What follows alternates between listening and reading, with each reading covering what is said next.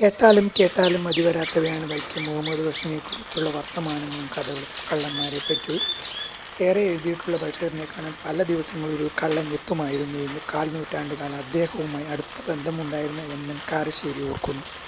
ആ കള്ളൻ ബഷീറിനെ വിളിച്ചിരുന്നത് ഉസ്താദ് എന്നാണ്. കള്ളന്മാർക്കും ഗുരുവാണ് ബഷീർ. അതിരാവിലെയാണ് അയാൾ എത്തുക.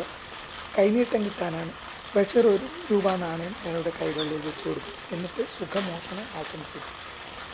ബഷീറിൻ്റെ ശീലങ്ങളെല്ലാം ഇതുപോലെ അസാധാരണമായിരുന്നു. ഒരിക്കൽ ബഷീറും കാരശ്ശേരിയും കൂടി ബേപ്പൂർ അങ്ങാടിയിലേക്ക് പോയി.